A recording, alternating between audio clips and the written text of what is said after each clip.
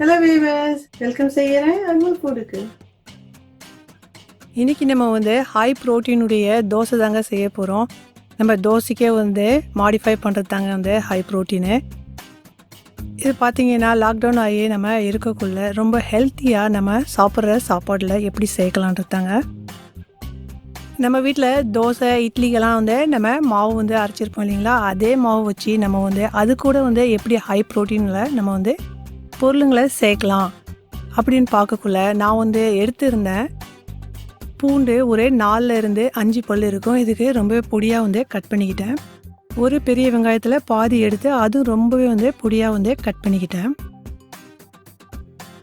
இது கூட பார்த்திங்கன்னா கொஞ்சம் கரியாண்டர் லீஃப், ஒரு 2 பச்சை மிளகாவுக்கு ரொம்ப சின்ன சின்னதாக கட் பண்ணிக்கிட்டேன்.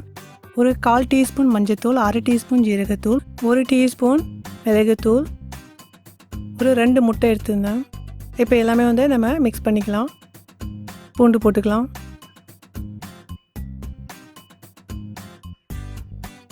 பச்சை மிளகா காரத்துக்கு ஏற்ப மாதிரி சேர்த்துங்க. வெங்காயம், கரியாண்டர் லீவும் போட்டுக்கலாம். நம்ம எடுத்து வச்சுருந்த இந்த மசாலாவும் இதில் போட்டுக்கலாம். இப்போ நல்லாவே மிக்ஸ் பண்ணிக்கலாம். கொஞ்சமாக இதில் உப்பு போட்டுங்க. நம்ம தோசை மாவு வீட்டில் என்ன நார்மலாக இருக்கோ அதே தோசை மாவு தாங்க. இதுக்கு நல்லா தோசை மாவுக்கு மிக்ஸ் பண்ணி இப்போ நம்ம தோசைக்கல்லில் தோசை ஊற்றிடலாம். இந்த மாதிரி ஸ்ப்ரெட் அவுட் பண்ணிவிட்டு நம்ம மிக்சர் ரெடி பண்ணி வச்சுருந்தோம் இல்லைங்களா, முட்டை இது. இப்போ இது மேலே நம்ம ஊற்றிடலாம். நம்ம தோசை சாப்பிடக்குள்ள ஒரு தோசை போட்டுட்டு 2 முட்டை இதில் போட்டோம் அப்படின்னா கார்போஹைட்ரேட் உங்களுக்கு கம்மியாகவும் உங்களுடைய ப்ரோட்டீன் அதிகமாகவும் இருக்கக்குள்ள ரொம்பவே உங்களுக்கு ஹெல்த்தியான ஒரு ஃபுட் சாப்பிட்ட மாதிரி இருக்கும்.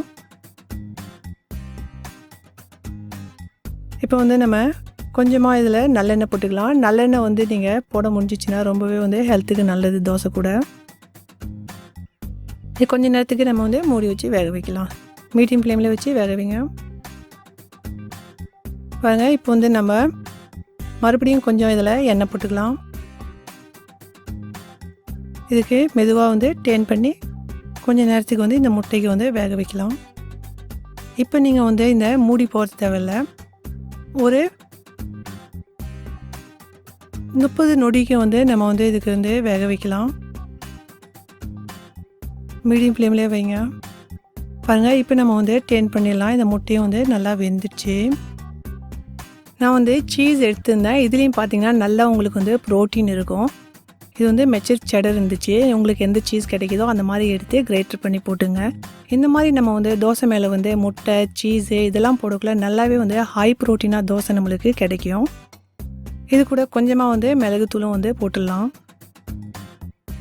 இந்த மாதிரி தோசைக்கு நம்ம செஞ்சு சாப்பிடக்குள்ள உங்களுடைய கார்போஹைட்ரேட் கம்மி பண்ணிவிட்டு ஹை ப்ரோட்டீனாக சாப்பிடக்குள்ள ஹெல்த்துக்கும் நல்ல புரதசத்து கிடைக்கும். மூடி வச்சு கொஞ்சம் நேரத்துக்கு சீஸ் மெல்ட் ஆகிற வரைக்கும் வேக வச்சிடலாம். பாருங்கள், நான் இப்போ சிம்மில் வச்சு தான் சீஸ்க்கு மெல்ட் பண்ணேன். நல்லாவே இந்த சீஸ் மெல்ட் ஆகிடுச்சு. கீழே எதுவுமே பர்ன் ஆகலை. பாருங்கள், இந்த தோசைக்கு நான் கட் பண்ணிவிட்டு உங்களுக்கு காமிக்கிறேன் எப்படி இருக்குன்ட்டு. இந்த ரெசிபி பிடிச்சிருந்தா மறக்காத ஃபேமிலி அண்ட் ஃப்ரெண்ட்ஸோட ஷேர் பண்ணுங்கள். பக்கத்தில் இருக்கிற பெல் பட்டனுக்கு ப்ரெஸ் பண்ணிங்கன்னா நான் போகிற ரெசிபி உடனுக்குடன் உங்கள் மொபைலில் சேரும். பாருங்கள், என்னது சேனலில் நல்லாவே உங்களுக்கு தக்காளி தோசை, மசாலா தோசை, பிரெட் ஆம்லெட் இது எல்லாமே போட்டிருக்கிறேன். தேவைப்பட்டுச்சின்னா கீழே லிங்க் கொடுக்குறேன், பார்த்துங்க. இதே மாதிரி நம்ம ஹை ப்ரோட்டீன் போட்டு நம்ம தோசை கூட செய்யக்குள்ள இது பசங்களுக்கு கொடுக்கக்குள்ள நல்லா ஹெல்த்தியாகவும் இருக்கும். பசங்க விருப்பமாக இது பீட்சா மாதிரியே கூட நினச்சி அவங்க என்ஜாய் பண்ணி சாப்பிடுவாங்க. தோசை நம்ம வேக வைக்கக்குள்ள மீடியம் ஃப்ளேமில் வச்சு வேக வைங்க. சீஸ் போடக்குள்ள சிம்மில் வச்சு வேக வைங்க. இந்த மாதிரி செய்யக்குள்ள உங்களுக்கு 2 பக்கமும் பர்ன் ஆகாத நல்லாவே உங்களுக்கு தோசை வரும். லாக்டவுனாக இருக்கக்குள்ள நம்ம இந்த மாதிரி ரெசிபிங்கெல்லாம் செஞ்சு சாப்பிடக்குள்ள நல்லாவே ஹெல்த்தியாக இருக்க முடியும். ஹெல்த்தியாக இருங்க, சேஃபாக இருங்க, என்ஜாய் ஃபுட்.